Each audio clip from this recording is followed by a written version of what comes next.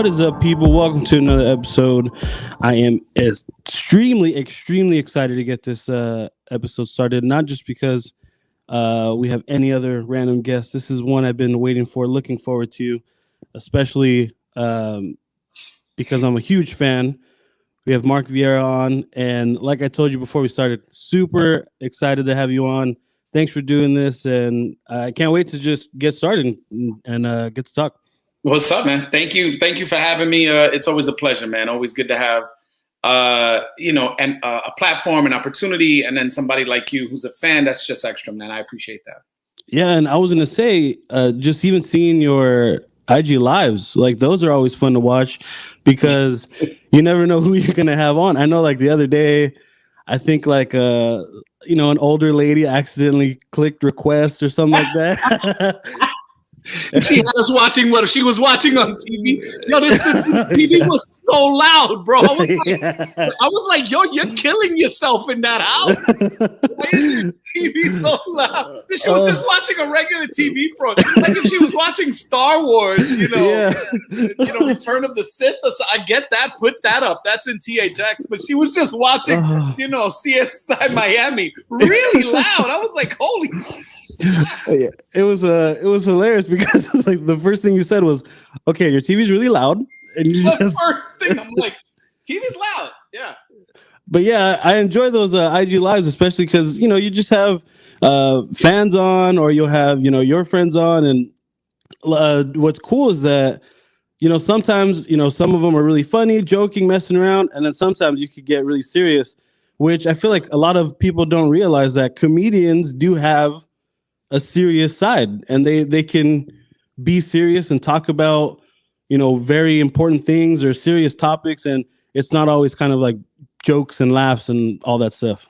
Yeah, I mean, look, I in that vein, whenever I go live, obviously, if I want to talk about this is a thing, people ask me as a comedian, people ask me such serious questions, then they wonder why the conversation got serious. It's like I'm a comedian, but before being a comedian, I've done so much pretty much in a short life because I've been very daring in my life, Mm-hmm. So I've been like, and resourceful. So I've been like, hey, I want to try this. I was a few weeks from becoming a New York City firefighter. Like I was, in my lifetime, I've done some pretty cool things. Comedy, obviously, being the coolest, yet the most challenging, yet the most, insanely ridiculous, out of the ordinary type of journey has been stand-up comedy. I've had a TV show with George Lopez, and I started. You understand what I mean? Yeah. I created a show, and George jumped in as an executive producer. But like I've done some really cool things in my 20 years almost. I'm a couple weeks out from 20 years, but in that journey of mine. But to think that it was just an idea, like, hey, I think I'm funny. I think I should go on stage, and jump to, 13 years later, I was sitting with Fox executives talking about my life to them, and they were like, "We love this. We want to make a show with you." And and again, that opportunity, even though those opportunities kind of, they're real high, and then they go, then they kind of. They don't fizzle away. Things just happen. Things just happen. And I was close. Like just a sidebar note, I was close to having my own show. I had a Fox television, had an apartment for me, a car, food, paychecks. They were ready to go. I just had to decline because they wanted to take my creativity from the show away. Wow. And I was afraid. At that time, I was afraid to do a show that didn't really represent Latinos in the light that we should be. And when you give up the creative reins, and it's not Latinos writing for the show, producing, and all that other stuff, you have no clue where the direction they're going to go. They go by what they perceive as Latino instead of what they perceive as Latin, instead of the real source. And so you understand? And so exactly. Again, like when I'm live, like I said, I can start really goofy, and then somebody will say, "Yo, Mark, what happened to the TV show?" That's not like, I gotta get serious. I gotta take a serious breath on that and be like, "Wow, okay, it's a great question. Let me answer that." Or I'm divorced now and have a new woman in my life, and I have her on my lives, and people love her. Like, they love her on my lives. Number one, I think she's eye candy. I think that's the girl in the room. She's super pretty. But she's also, how do you say, she also has her own style that people enjoy when she's with me. Like, she's not, she gets into conversation, yes, but she also, like, women are like, oh, how you got your hair like that? And it's like, oh, hold on, let me get my product. And then it's a whole product show. And I'm like this the whole time. I'm like, look at this. Go ahead. Oh, yeah. Go ahead. Like, take my eye. But, I've seen you where you're just like, I just wanted you to say hi. Like, that was it. I'm a spectator in my own life. And then I'm like this, look. Yeah. She's like, no, you want to put oil on your face. You might want to put a little bit of oregano here. And I'm like, oregano? You put oregano? Like, I didn't even know you put oregano on your face. Like, it winds up. Oh, God. How do you say? But, I guess, to be honest with you, it's live. Like, I'm not fabricating. Look, I was just going to go live before we came up because I made a quick brunch for myself because my breakfast was a smoothie, right? Yeah. I made some French toast real quick, a healthy version of French toast. And I was like, I should go live and tell people how I make my French toast, which I am going to do when we get off because I'm making some for Danielle. And, I'm just like, yeah.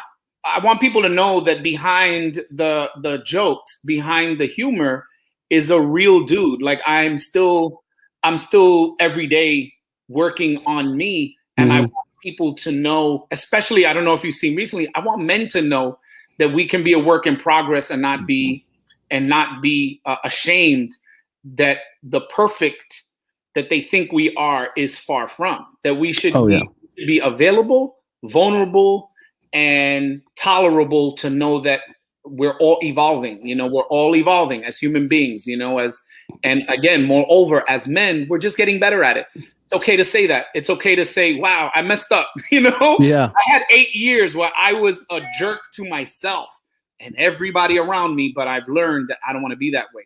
It's okay to say that, as long as we're getting better and we're not getting worse. I think that that's what should be highlighted, and men shouldn't be condemned because the last relationship, hey, I cheated on my girl. Oh,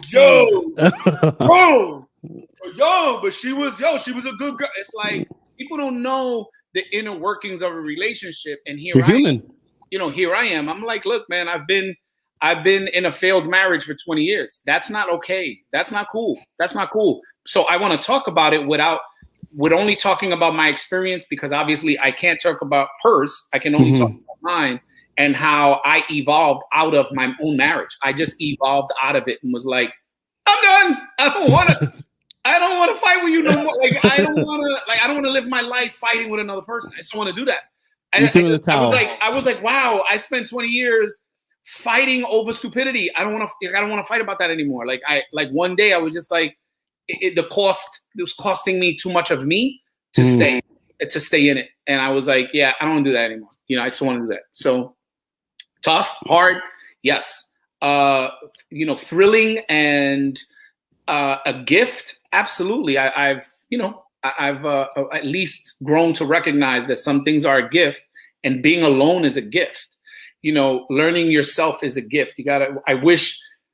The reason why I said let me go live with these topics is because I would love to catch a young mind before they make the same mistake I did at 22, which is pregnant first, then married, then trying to play catch up the whole life. I to be honest, I didn't even know how to be a boyfriend to her, let alone a dad and then a husband. Like, I was too young, dude. I lived my life on the edge. I was riding motorcycles at 160 miles per hour. With a 3-month-old, at home. And so like that's some real ridiculous crap that I was going through at that time, So, grateful to be here now, standing and doing, and at least recognizing that my lessons will, God willing, be a lesson to someone else, Yeah. And listening to your live the other day, and you were talking about that and being open with men being able to show their feelings and show like their true self, and And kind of just on point with, relationships. As I get older, I'm realizing like, hey, like I don't need to deal with that, or I don't need to, like as opposed to my first girlfriend, and we break up, and I'm like, I loved her, and all that shit. But then you look back, and you're like, no, we argued a lot. I didn't like it. It's growing up, and sometimes, especially like just watching your lives and looking at the comments and seeing how many people agree and seeing how many people are on the same boat I am or the same boat you are, and to see that, which is so cool, because you realize like, hey, it's kind of cheesy, but it's like, hey, I'm not alone. Like I'm not the only guy dealing with this. Like there's so many other guys that have their same variation or their same story, and they're dealing with it the same way I'm dealing with it, like across the world, across the country, whether they speak English, Spanish, doesn't matter. They're still dealing with it. It's crazy. Yeah. Yeah. And again, see that the term dealing with it, right? Dealing with it means something different to every human being. And that's what I'm trying to, in just you talking about it, that's kind of exactly what I want us not to do, is for everyone to deal with it differently. Let's make deal with it more linear, more. I would like for you to deal with it, like really deal with it. Yeah. In a way that's healthy for you. Because I dealt with it with alcohol. I dealt with it with getting other women involved. I dealt with it with ignoring it.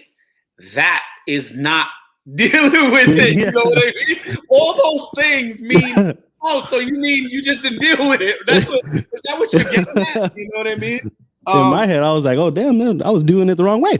Exactly. You see what I mean? So basically, I'm sorry. I always take notes when I say something incredibly good. Oh no, but I'm the same way sometimes. Yeah.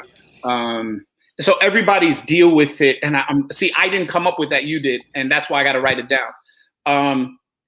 The term "deal with it" is just different for everyone, and like I said, when you go to a therapist, right? Mm-hmm.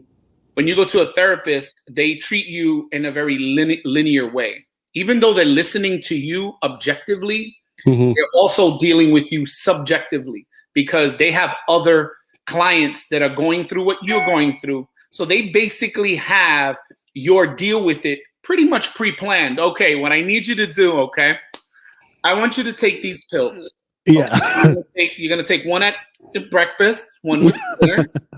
And then I want you to recite this poem every day to yourself. I'm good. I'm good enough. And it's like, it's a linear exercise for everyone that gets in their room, and everybody gets the same thing. Hey, thank you. And so I'm kind of like, in a very similar way, I'm just like, guys, I understand that many men won't go see a therapist. I know I did post, filing for divorce. I said, I need closure to understand not why I'm getting divorced. Why was I there so long?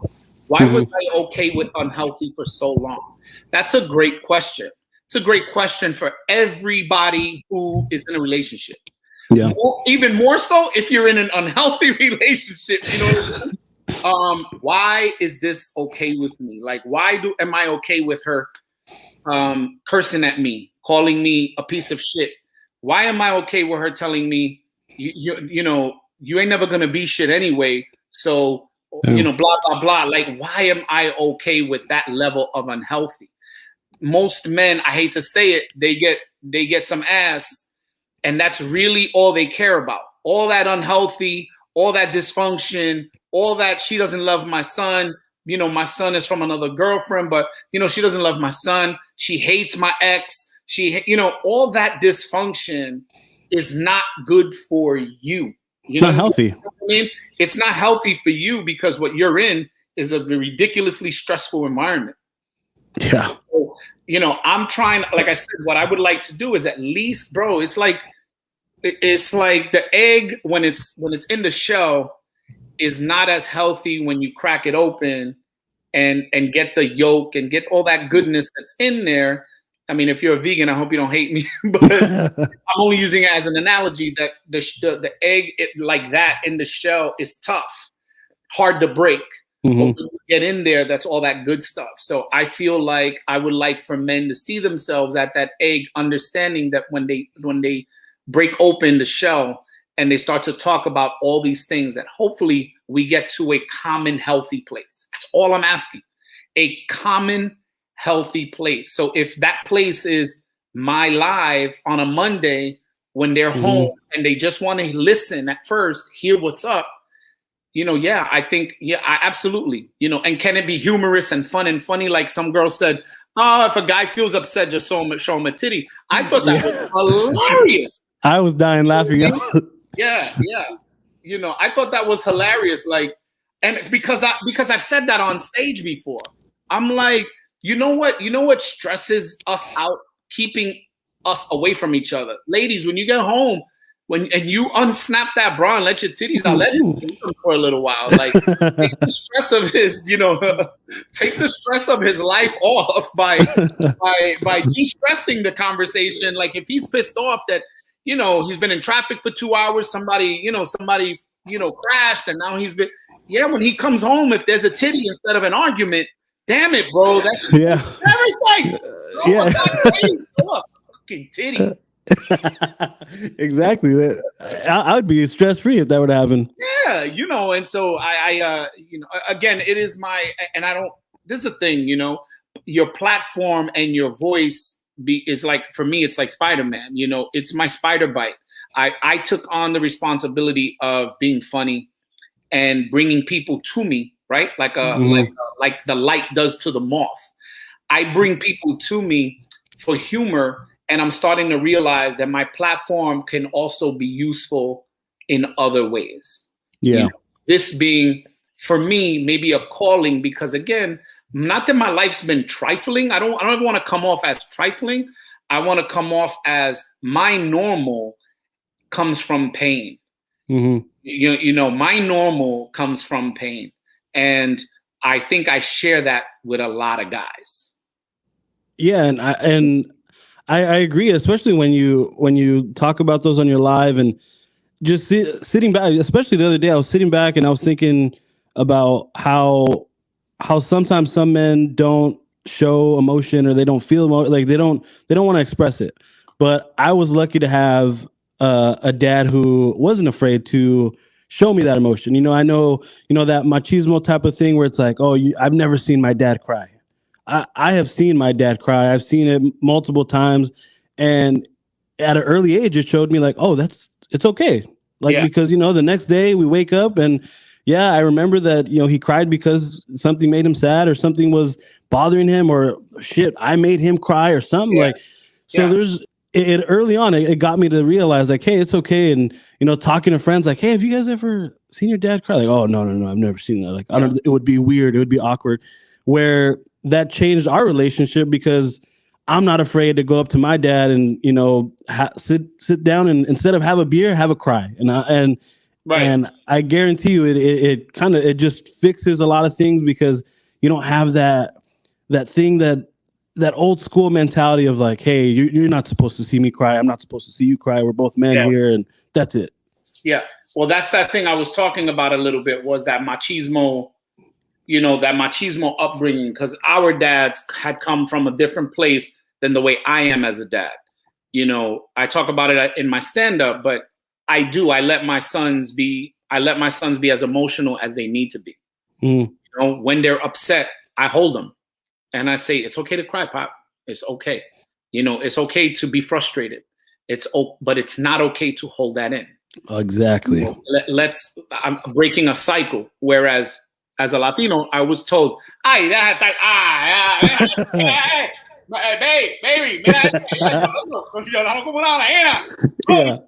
like a fucking girl. Put your pants on, bro. You know what I mean? Yeah. And your own family made fun of you because your girlfriend broke up with you. You can't live with her. You know how many pussies out there? There's so many pussies out there. They don't realize that you, like you said, you really love that girl. You really loved her. You really had feelings for her. And they told you that your feelings were worthless, meaningless, and were stupid. And so we come from a culture of holding it in, bro. And that creates the same culture when you get into a real relationship and she says, what's wrong? And you look at her in her face and go, Nothing. Nothing. I'm good. When you are far from good, let me tell you, my Danielle is relentless when she sees me upset. Mm-hmm. Relentless. She is like, sit down here. What's wrong? It's like, tell me. She hates that she has to do that to me. But again, she understands where I come from and how hard it is to crack the shell. Once I'm open with her, obviously I'm better. But to get me there is work. It's work because I'm not ready sometimes. You know what I mean? So it like I said, it's just work in general. And like I said, not that I'm taking responsibility. I'm only taking responsibility for my platform. That's all. Yeah. So I don't want to be responsible for men. But again, dealing with COVID has taught me so much, man. My own breaking point. How do I talk about my breaking point? And again, and I said this to Danielle, I don't want to live a more honest life. I want to live a more truthful life. I want to tell me the truth because then I'm coming from truth when I talk to everyone. So when I'm live and I tell the truth about something, when I get off, I don't feel like I held anything back. So it's like, and it's my challenge, right? It's my challenge to tell men, live more truthfully, be more true to you. And if you stand on that as your platform, if you stand on truth as your platform, then people genuinely have more respect for you and they deal with you differently because when you say, yo, truthfully, bro, that chick is not for you. She's not for you. Like, bro, she ran you off the road. That's not a person who loves you. That's not love. That's some demon shit that disguise in the word love because that's easy. That's easy. I'm going to disguise all this pain that I'm bringing you because I love you. Yeah. I was, and men like that, look. Right? And then you go, bro, why you got that, why you got 18 stitches? Nah, my girl saw that I was, DMing with this bitch. It was no big deal. I just told her, yo, you got a fat ass. And the girl told me, oh, send me a picture of your dick, blah, blah. And I'm stupid. I sent a picture, blah. But, and then my girl came in the room and flashed my face. Like, nigga, that's not healthy. What are you talking about? That's an argument at best, a conversation at work. Like, at worst, a conversation at best to say, hey, all right, you wanna you want to send your dick pictures, you can do that, but you just can't do that from living here with me. It's that simple. Cheating has changed. Cheating has changed from I went to her house and I nailed her for 4 hours to, telling people what you want online. Is that cheating? Is that a cheating heart? Is that, do you not want your woman? Do you not, that's another great conversation. But it still doesn't mean that killing somebody because they're having conversations on in the world of make believe, which is social media. You understand what I mean? Like, this girl is from Pakistan. Why did you cut your man's face in Manhattan over a dick pic to Pakistan? Like, are you serious? So I'm talking about, like, I just, like I said, if men in general could see who they are and what they bring before they bring it, I think we make them better. I think we make ourselves better. This is me talking to Mark at 20. That's really how I look at this. Instead of talking to the people at large, sometimes I'm just talking to me. I made a revelation on the Monday, my first Monday night, fellas forum, when I said that the alcohol is like a character in my life. It's like the villain. It's like the villain, because everybody who was mean, everybody who did something bad to me or did something bad in general, they were drunk.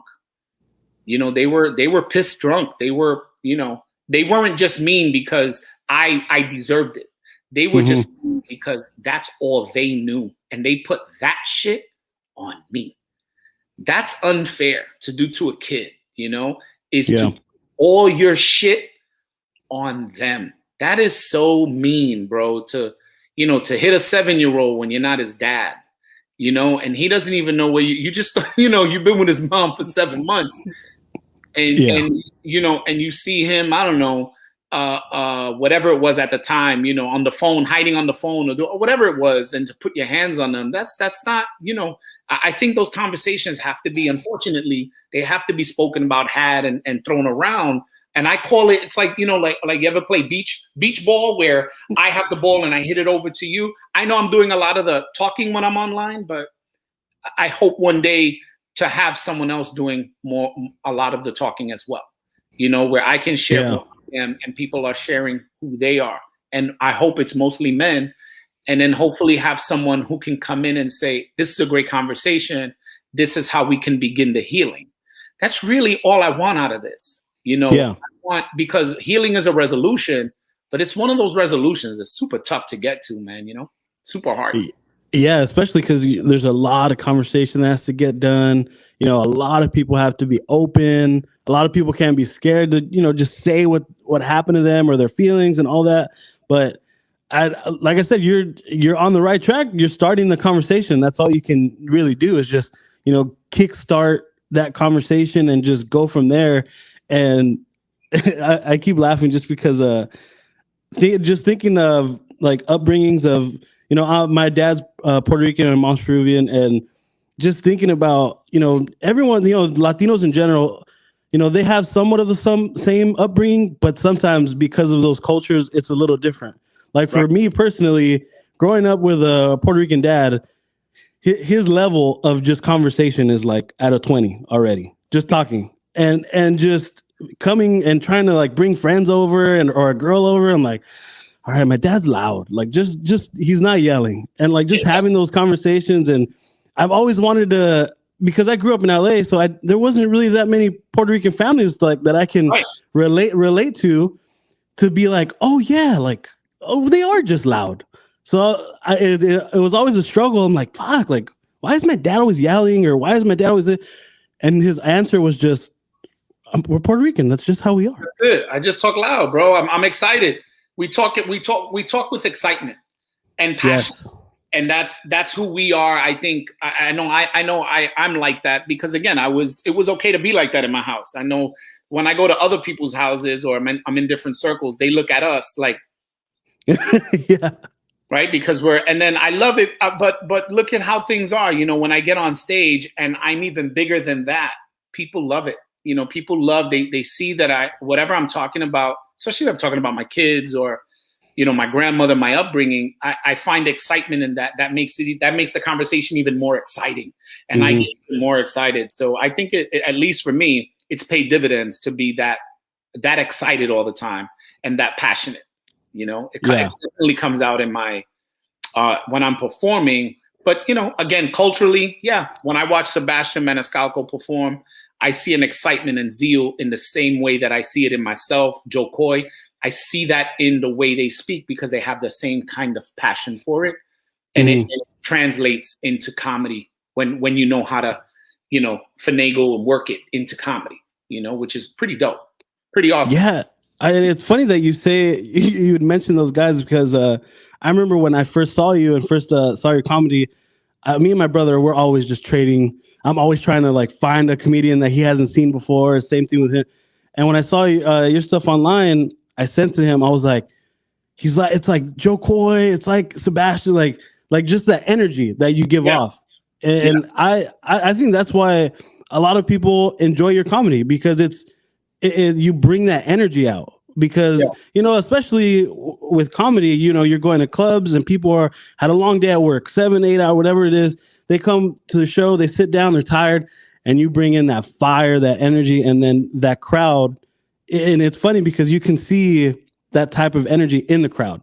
Whereas other comedians, for example, like Mark Maron, he's sitting in a stool and people are kind of more reserved. They'll laugh, but they're not, having that same, they're having the same energy as him. Whereas when I watch you, I have the same energy as you. So you're just kind of bringing it to another level. Yeah. But that's what I want. That's what again, that's who I am. Mark Maron, obviously culturally not the same, comedy not the same. He comes from a more, his comedy is more thought provoking, rather than mine, and where I'm from the school of Robin Williams. I'm from the school of Eddie Murphy, and George Carlin, where energy was important to them. I still, the other night, was watching Abbott and Costello. I watch late night sometimes when I can't sleep. Instead of wasting moments, I throw on an old Jerry Lewis film on Amazon, or whatever. I throw something on because I realize that's my Zen energy. That's where I watch them and then I calm down, because they're carrying the weight of the energy. I used to watch a show called Three's Company with a guy named John Ritter, and John Ritter was in my house all the time, and his energy level as a comedian and then a comedic actor was always on 10. When I started doing stand-up comedy, I said, who do I want to be like? And the list was like 8 people. It was like Robin Williams, like John Ritter. I want to be like Jerry Lewis. I want to be like, you know what I mean? I want to be like Jack Gleason. If you're watching my comedy from here up, I still want you to laugh. And it's funny that I said that, and now I'm doing Zoom shows where people can only see me from here, and they're like, "Oh my God, stop!" Like, stop your shit. I see them, but they can't see my whole body. Like, they can't, But I think that's because, again, in the beginning, that's what I wanted to be like. I saw Eddie Murphy and thought I really saw the first coming of Christ. Like, I was like, how is one human being so talented and funny? And again, now when I do impressions, suddenly in an audience the other night did an impression. Why? Because I felt like it. And that was an Eddie Murphy thing. Eddie went from doing his comedy to doing impression, back to doing his comedy, back to doing an impression. The shit was all fair game, and it was funny. As long as it's funny, it's fair game. And, and again, that excitement comes from the lessons, right? The lessons that I learned about what's funny. Now, was Johnny Carson funny? He sat at the desk like this and spoke very, yeah, that's right, love it. I guess that's funny, but it wasn't my kind of funny. I saw the kings of comedy and was like, that's it. I'm starting my whole comedy career tomorrow, because I saw Steve Harvey telling his story. I saw D.L. Hughley telling his story. I saw, Cedric the Entertainer just taking normal life and making it funny. And then Bernie Mac, who was, he still is the inspiration to my storytelling. Like, everybody else I talked about has to do with being funny. Bernie Mac taught me that a story is yours as long as you own it. People will pay to see your story, because your story is everybody's story. Again, our pain is our through line in humanity. Nobody out here goes through life. Look, there's the people that are given money in their lives, these trust fund kids. Oh yeah. And they're out here and they die of drug overdoses. Why? Because they have their own.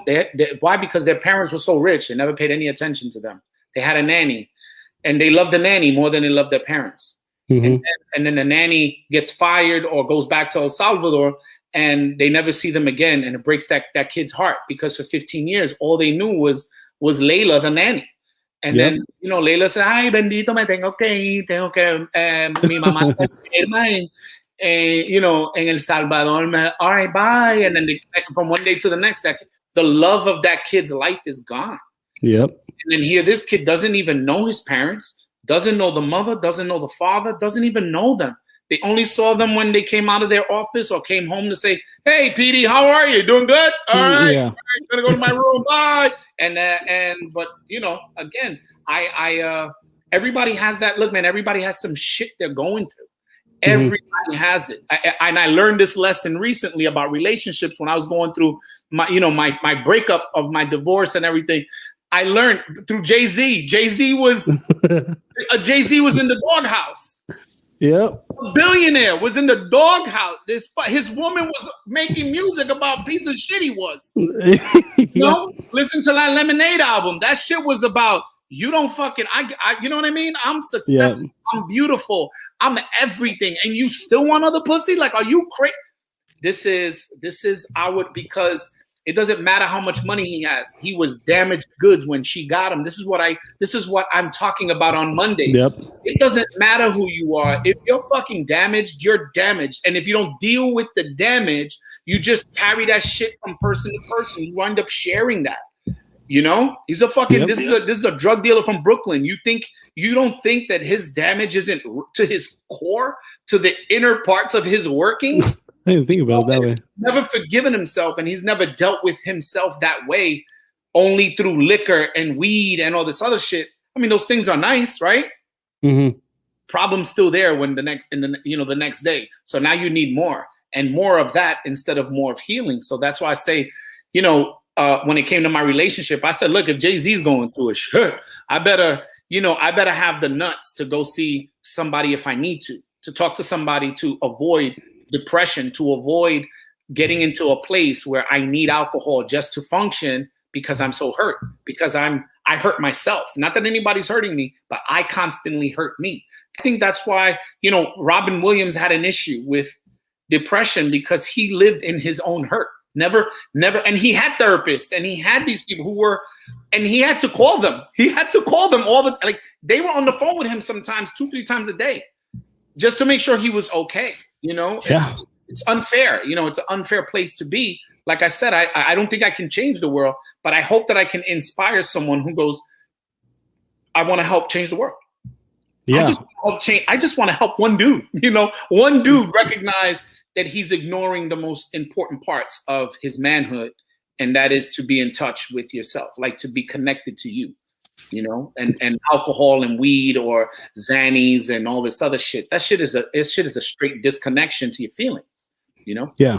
I see it. It's only an opinion.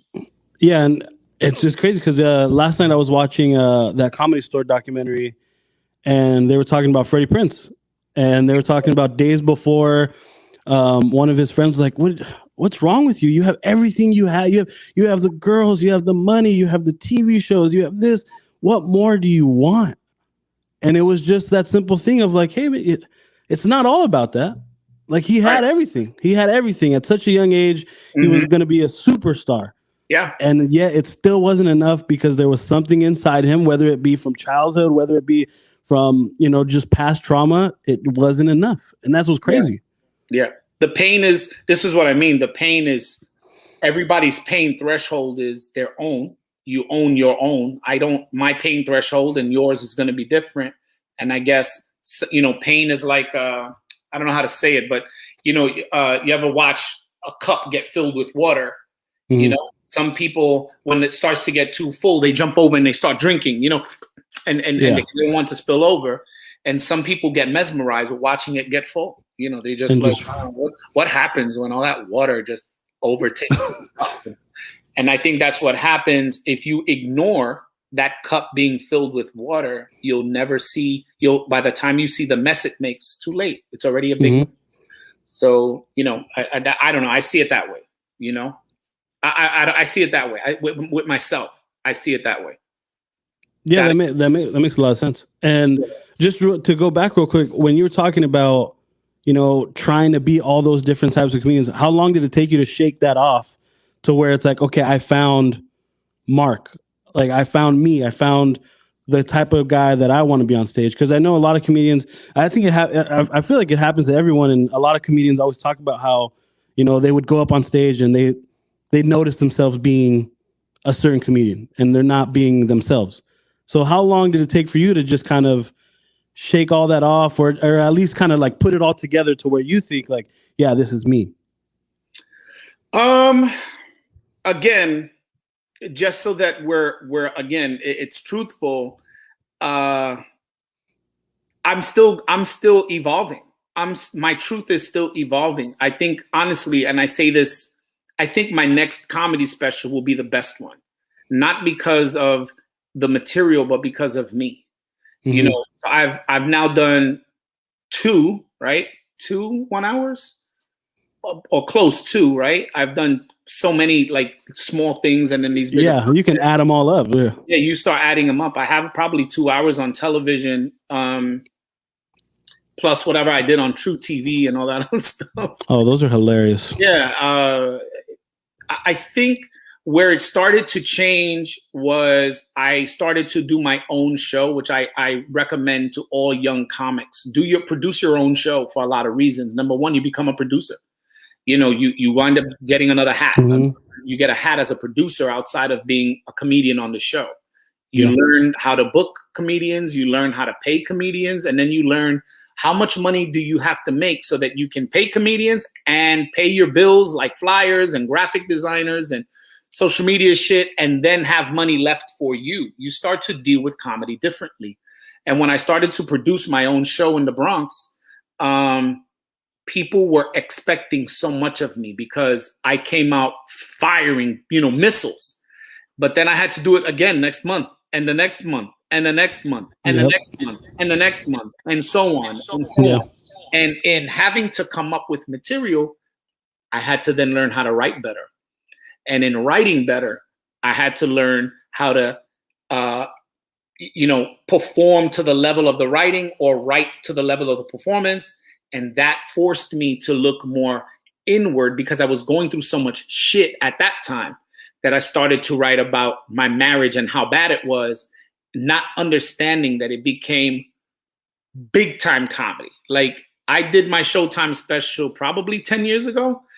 And that's how I got my show onto TruTv. Was that one special had so many nuggets of goodness, of pain that turned into laughter, that shit, it sold. I don't know, shit. How much money did I make from TruTv, man? Like I probably made $5,000 from my special on Showtime, and I probably tripled that on TruTv, and the shit was 10 years old. That was crazy. I did nothing new. They just used that stuff. Yeah. It was really ridiculous and crazy. And, So, when I started to write more about myself, when I started to say, I don't know, I'm married to a fucking, to a maniac. Like this bitch literally hides in bushes with fucking squirrels on her head, waiting to see if I'm having lunch with a woman. Like people were hysterical laughing. They were like, no, I did that last week, I don't trust you, man. And then I started to realize that men were untrustworthy, and that women had trust issues.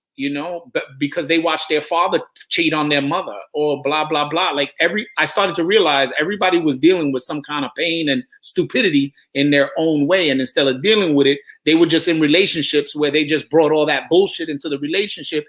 And then women will tell you right to your face, I'm beautiful. I got good pussy, but I'm fucking crazy. And look at us men. But so what? I love you, and that's what it is. Like, take the fucking hint and go, all right, let me get my bags and get the fuck out of here because this ain't for me. Like, no, we go, that challenge accepted, and the back you hear,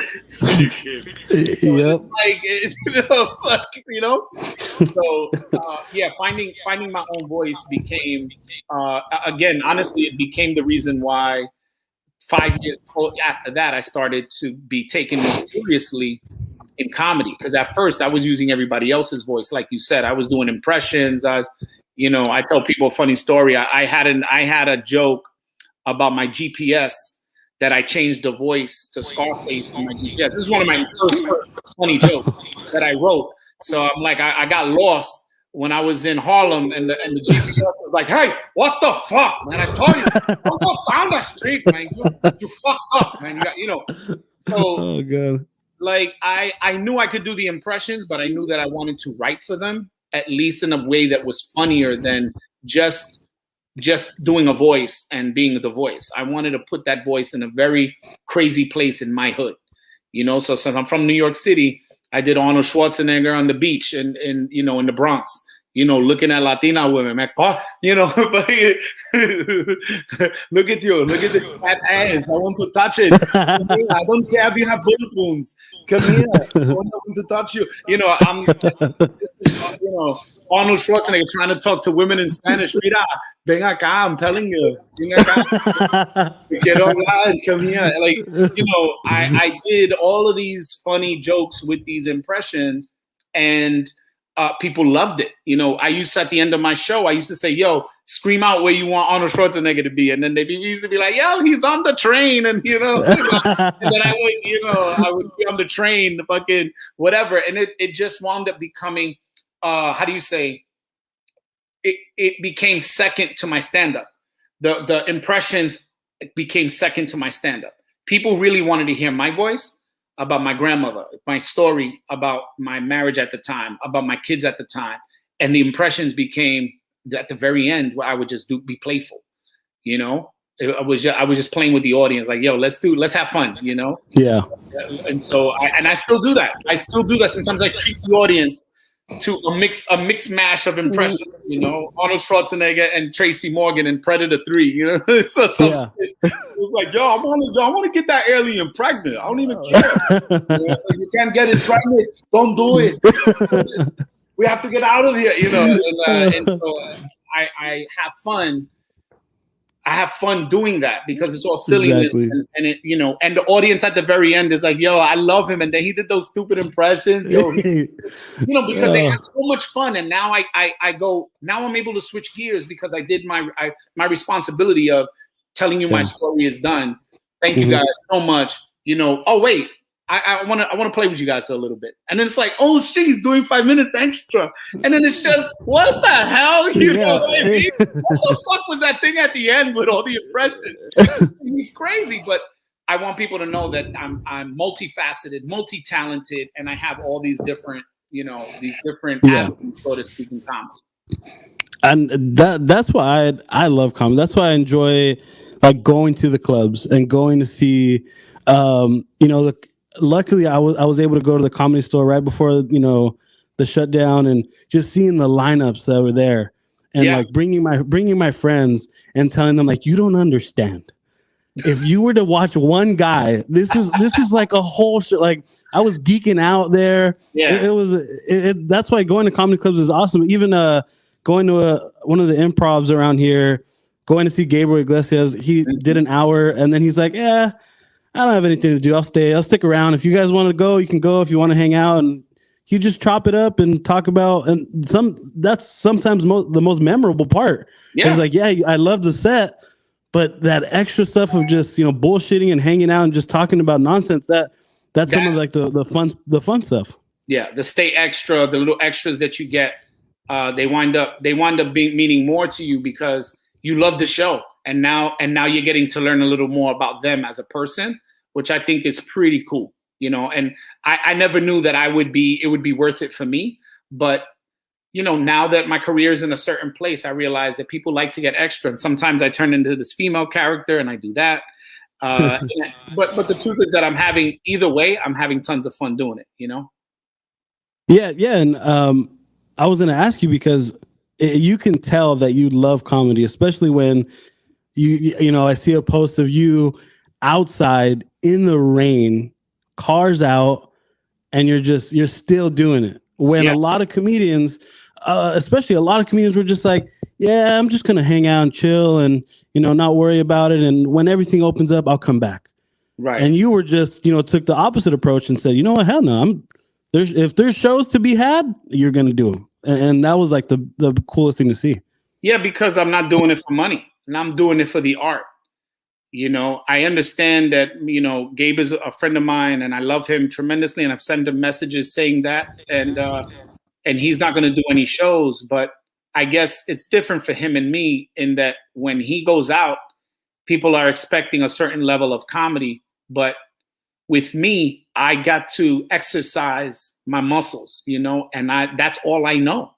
That's all I know. All I know is how to exercise these muscles. I've done comedy almost 20 years without stopping. So I'm good at I'm good at the little things. I'm good at doing comedy for 10 minutes where I just walk into the comedy club in New York and go, hey, can I do a few minutes? And they're like, oh, absolutely, Mark, go ahead. You're going to go on after such and such. And I go on and for no money.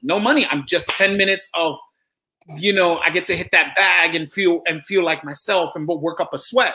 So, that opportunity, even though outside in the cold, it was like 39 degrees, it was raining in my face. And all I had on was a sweatshirt, Yeah. I didn't feel the cold. All I felt was the people.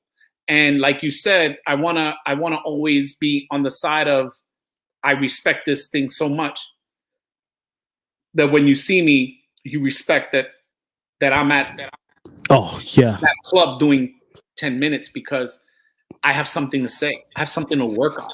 If somebody called me tomorrow and said, yo, Mark, I have 80 million, but I want you to do this. I need a fresh hour, but I'm going to pay you 80. I want them to know I'm ready. I don't want them to think, yo, you need how long you need? 6 months, 7 months? Nah, I want to say, you want to tape tomorrow? Let's go. Like your $80 million is, if you're ready, I'm ready. Now, do I want a month or two to refine? Absolutely. That's, it's every artist wants to paint a couple ones before they do that masterpiece. Absolutely. But I don't have that luxury. Like I said, I could get a call tomorrow and say, yo, we're taping. We dumped that guy and we want you. I recently got a call from Jennifer Lopez and she said, I got a movie I'm working on. I want you on it. Do you want to read for it? I would love to have you read. I didn't get it, but I read for it. I was, from one day to the next, I was like, send me, let's go. She's like, but you got to live in the Dominican Republic for 4 months. I'm like, fuck it. Look, okay, you mean live in where I'm from for 4 months? I'm from the Caribbean. Like, you don't think I can last there? Yeah. And get paid. I want to drink passion fruit juice on the beach. Yeah, let's go. 4 months. That's it. You sure we're not doing 6 months? But all those, like I said, I'm in my mind. I just know that I'm, being ready, able, willing to do comedy. That's who I am. It's been too long. If I turn down a job now, that's ridiculous. Totally out of my wheelhouse to, And so when people call me, they go, yo, Mark, I need you. I'm there. If it fits and it works, I'm gonna do it. Yeah, and I think what's cool about the world that we're living in today, whereas let's say 20 years ago, a lot of fans wouldn't be able to get to know their favorite comedian at a personal level. Whereas now there's podcasts out there. There's so many different types of interviews out there. You get to learn about your favorite comedian. You get to learn about, what they're going through on a regular basis before they even come out with a special. Because, 20 years ago, the only time you get to see them was in a movie or when they did their new hour. But now it's like there's so much more content in between those areas. It's just, I think that's why comedy is just getting bigger and bigger because everyone's getting to invest in their comedian. Like, oh, I'm a fan of this guy. I get to see him from his first set, and he gets to talk from that first joke that he was writing to that finished product all the way to the end of that special or whatever. So I think that's what people are enjoying about comedy. And what people are starting to figure out is that comedy is no joke. When you're in this game, when you're in this hustle, it's a bitch. It's a grind, and I enjoy learning about it. I enjoy, hey, this isn't all rainbows and sunshine and rainbows. There's a lot of shit. And there's a lot of people who quit. There's a lot of people who say, get to a certain point and they stay at that point and they just say, fuck it, I'm done. Was there ever a point in your career where you just said, it's either comedy or, back to being normal Joe Schmo? It happened during this coronavirus. It happened recently where, I just got tired of waiting. I got tired of thinking about the fact that I was on an incredible high. I had before March of last year, I was taping, I just taped one special with Entre Nos, with HBO Latino. Got a call from HBO Max and was like, yo, now we want you over here with the Hot Comedy Festival. So, what's up? We want to pay you triple what they paid you. So let's go. And I was like, And when HBO, our publicist is going to be your publicist. The magic started to happen. It started to happen. Like the magic that takes your career, like as you see the levels that you're going through.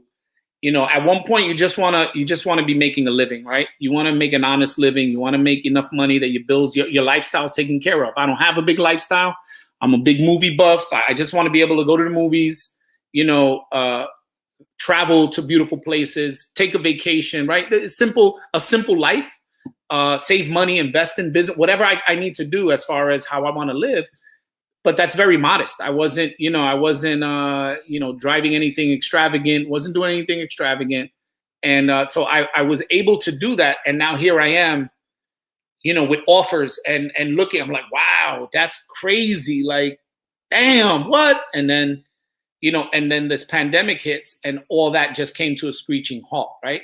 So yeah, when I started to run out of money, I was just like, yo, I'm gonna go work over there. I'm gonna get licensed as this and this and that, and I'm just gonna do that. Hey, it's all in the meantime. But what happens is once you divert energy to something new, that new thing becomes the new thing, and comedy would have become the old thing. And I didn't want that. So what did I do? I reinvented myself, and I said, man, I've given comedy 20 years. I've amassed an incredible amount of good knowledge. I don't drink. I don't smoke. I'm very conscious when I go out to the clubs. I'm very conscious of my sets. I'm very conscious of how I write and how I translate. Maybe I could help other comedians, the other aspiring comedians, to get started in the business of comedy. And came up with this workshop that I'm proud to be putting out there as a product, because before I even did it, I already had an itinerary and a syllabus for all 3 layers of what I could teach, of what I could show, really. And then I realized, well, I'm not teaching anybody anything. In the beginning, I'm showing you that there's technique and stuff, and then I'm really just a tour guide. I'm really just guiding you and showing you, hey, over here, this is where you do this. Hey, you see over here, this is where that goes. And if you're smart, you'll pay attention while you're on tour, because it's your own journey. And so, instead of giving up on comedy, I just reinvented myself in it and said, I'm a comedian, dude. And yeah, I'm not going to make $1 million doing this workshop. I didn't need $1 million before I did the workshop because it wasn't my lifestyle. Let me just pay my bills. Let me just pay my bills. And then at least I don't have to sit there and worry. And that's what this workshop is doing. It's not making me a ton of money, but I'm getting money for what I know in here, for how I prepare it for you, the consumer of it. And obviously, the more I do it, the better I'm going to get at it. And I have shit at my workshop. Angela Johnson was one of my guest speakers. Awesome. Hopefully in the future, I have Fluffy as a guest speaker, or I have another big artist that already agreed to do it. I have people literally online waiting to be in my class as a guest speaker, because I can talk all day. You want to know how Angela Johnson became a millionaire doing it? Hey, Angela, tell them how you did it. And then she comes on and people are like, oh, shit. Holy shit. You understand what I mean? But yeah. And they, my friends in comedy understand how much this shit means to me. Mm-hmm. And they know that I would never take an audience through a journey that's not realistic. And so they're supporting me, and how they show their support is by lending me a few minutes on Zoom to lay down their own, like you said, their personal experiences with the journey. And it really, and all they're doing is repeating what I'm saying, but it's nice to know that the journey requires for you to be able, like you said, to stomach all this shit that happens to you. Because yes, you want to quit. Yes, it's hard. Yes, you have 8 good shows and the 9th one you bomb. Yes, you go, you did great on the East Coast. The second you go on the West Coast, you bomb as shit, or whatever the case may be. And, it requires, surface toughness. because people are gonna say shit to you. Yeah, you know, you ain't gonna be funny in Texas, bro. Take that shit out of here. You ain't gonna be funny, you know. Or the opposite. Yo, I gotta get you to Texas, bro. You're gonna fucking murder. Yo, see, I've seen both sides. So people had told me, you're New York funny. You know, I've heard that shit before. So, you know, wanting to quit is a part of the process of never quitting. You know what I mean? Yeah. Wanting to quit is a part of the process of fucking never quitting, because you know, you want, again, it's self-reflection. Like, what do you want to do? It's the mirror shit. What do you want to do? Do you want this pain? Do you want this shit? Then keep going, because the pain will have something to prove for you. You know, the pain is what's necessary in comedy. Like you said, the grind is necessary. The late nights, the early mornings, the sleepless fucking red eyes to make a meeting, to do that shit's a part of the process. You have to stomach that. It's your own business. You don't work for nobody but you. You got to do it. You know, you got to do it. So, yeah, this shit is, like you said, I'm just going to mirror what you said. This shit is hard. This shit is hard.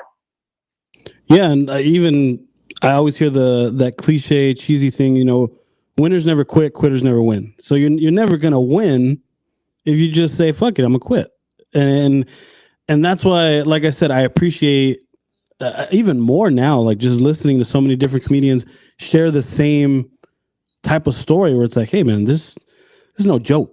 Like there was, you know, 20 of us who, you know, started out, and there's like 3 of us now. Or there's, right. It's a like you said, it's a grind. And have you ever, you know, you kind of mentioned to it like, oh, there's the East Coast and West Coast. Little by little, I'm kind of starting to see that the difference between the two, because, you know, obviously comedy is comedy, and everyone tries to like separate and like, oh no, that's an East Coast thing, West Coast thing. But it's true that I feel like there is kind of like that East Coast, you know, style of comedy, or, you know, genre or topics, and there's a West Coast style.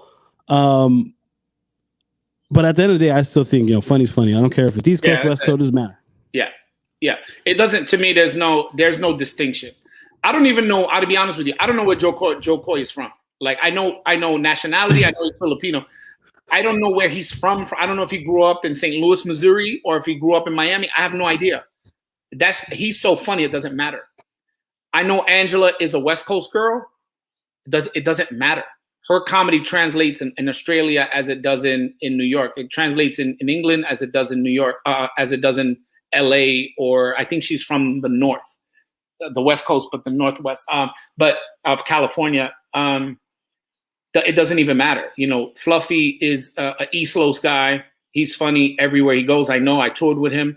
It's funny everywhere he goes. Like you said, funny's funny. And if you're worried about being in Arkansas, then you're in the wrong business. Then you're not there yet. You know, if you're worried that your jokes that you did in the Ice House are not going to go well in Arkansas, then you're not mature enough. You know, it's like a kid. You know, of course, every 14-year-old wants a good woman in his life, but they're not ready for it. They haven't even dealt with a 14-year-old girl. How can you have a 25-year-old woman in your life? Yeah, they look really good. Yeah, those bodies are incredible, but it ain't for you. You know, it ain't for you. So, yeah, there's, you know, knowing your maturity, knowing where you are in your career is important to where you're going to go. You know, where you should be performing, and also, like you said, risks. What risks are you going to take so that your comedy can grow? And honestly, that's what this business takes. It takes super hard work and a super ability to take risks so that you can meet the challenge. You know, I tell Danielle all the time, I am comfortable in the uncomfortable. When the more pressure I feel, the more zen and focused I become. But the pressure has to be right, because diamonds are created under pressure. You know, they're just shit, and then pressure makes them great, makes them more worthy. I think for comedians or for someone like me who operates like that, yes, you're gonna go. Hey, Mark, we need you next week to go with Fluffy to. They're doing 25,000 in front of such and such. Pressure, and what do I do when I get on stage? Whoa! You know, swinging the big sword, and Gabe is like, "Yo, Mark, holy shit, bro, that was crazy." That's what I'm talking about. The more people, the more pressure, the better. The rise to the occasion comes, and hopefully you can, through that pressure. Yeah, and that's what I enjoy seeing. I love enjoy and seeing all those pressure moments, and they just boom, and then that's when 10 years down the line, but hey, remember that time, and that's where kind of just catapults everything that happens after that. Yeah. Do you have any specific places that you kind of stay away from when it comes to comedy, or do you just say anywhere and everywhere? Anywhere and everywhere. I don't have that luxury. Yeah, exactly right. Yeah, I'm still building the fans. I'm still building fans, and again, COVID now gave me a year off, where I'm gaining fans on social media, but they're not, and they're fans of my comedy, but they're not fans of my live comedy, which is where I want to, where I thrive. That's my playground. So, yeah, anywhere and everywhere. There isn't a place. Have you ever done a stand-up in Puerto Rico? Never. I feel like that'd be probably a crazy place to do it. I mean, but it's all, how do you say? It's all relative, because Puerto Rico, they speak English. Yeah. Right? They speak English for the most part. They definitely understand it because there's TV programs that they watch and so on and so forth. They even taught English in school. So they know English. Now, do they talk it every day fluently? No. They know English. They would understand my comedy without a doubt, especially if I did it Spanglish, where I can have a lot of fun with both languages. But this is the thing about Puerto Rico. They have an attitude that if you're not from Puerto Rico, you're not Puerto Rican. That if you're from New York, you're Nuyorican, which is a term that's only used by us Puerto Ricans. Yeah, I've heard it before. It's not a well-known term. It's just the term that, that's used on the island for New York, and New York from us that weren't born on the island. It's a weird thing, but it does exist. It's not racism. It's like cultural segregation. You know what I mean? It's like you're from here, but you're not from here. It's like a weird, It's like you're born in the Bronx and now you live someplace else, and you're like, no, I'm from the Bronx, and they're like, when did you move? When I was 3. Nigga, you ain't from the Bronx. So what the fuck are you talking about? I'm from the Bronx. So it's a mentality thing. Yeah, and I feel like that's not even just Puerto Rico. Like, I've talked to friends who are, Mexican, and they're like, oh, when I go to Mexico, like, oh, you're not Mexican. You're just a white guy. You're a white boy. You're whitewashed. You're this or that. So yeah, exactly. it's a normal thing. So before we wrap up, again, I appreciate you having me being on here and being able to do the podcast. Is there anything you want to plug? Or I know you have your workshop that's kickstarting and going. I'm pretty sure going pretty strong with all those amazing guest appearances. Well, the workshop is for those particularly who always. Because you have different levels, right? Yeah. People who have dreamed of doing stand-up comedy, but really always felt like they didn't know how to start. And it's not, my beginners class is not really just for comedians. It's for any kind of public speaker. That first beginners workshop, I talk about public speaking a lot, because that's what, you have to transition from your normal life to being a better public speaker. Speaking on a podcast and then speaking in front of 250 people are two different things dynamically.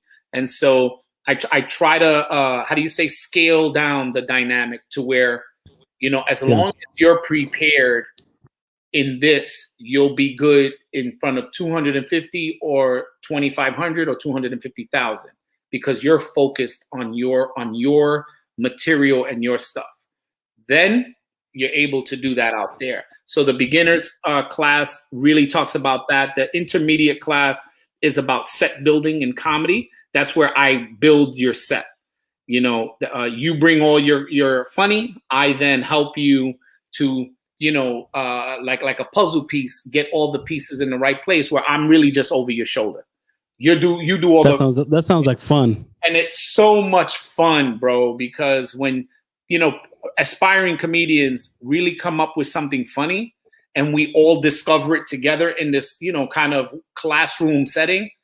And the laughs are for like 8 minutes sometimes, and so it's supposed to be an hour class, usually goes about damn near an hour and a half, because there's so much goodness. And again, I'm just, like I said, I'm just a tour guide in that. And then the advanced class is more writing, is more, where I get to be more fine fine tooth with it. And I get to teach you more about the business of stand-up, which you and I covered some of the pitfalls and things like that, where I get to, go a little further into how do you host a show? When somebody says, yo, can you host? How do I make money doing comedy? How do I make money doing social media? How do I become funny on social media? All that stuff I cover in the advanced. You don't need to talk about that in the beginning because you ain't got no comedy underneath you. In the intermediate is where you start to develop your set. And then at the advanced, we are fine-tuning your set. And then I get to tell you, yo, this is how you audition. This is how you get TV shows. This is how you get a Jimmy Fallon. This is how whatever. These are the things you're going to need. So now I'm just putting more tools in the tool belt with that. Man, that's awesome, especially for people who are trying to, find a way, because there's no like direct route. Like there's no like, oh, this is you do this, you do that, and then boom, you're famous. Like that's not how it works. Hell no, ain't none of that. Shit. Yeah, first of all, and if people are doing comedy famous, they're doing the shit for the wrong reason. Exactly. Like fame is so subjective.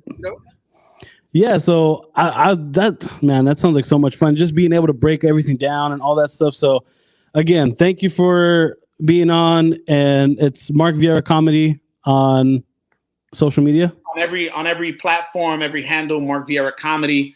The workshop, my website, markviera.com. They can find me on YouTube and everything from there. But on YouTube is Mark Viera, YouTube.com/Mark Viera.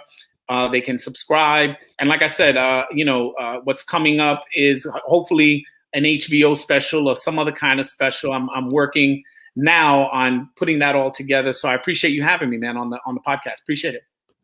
Thanks again. And I hope you enjoy everything else. And there you have it, ladies and gentlemen, Mark Viera. Thank you. Appreciate it, bro. Thank you.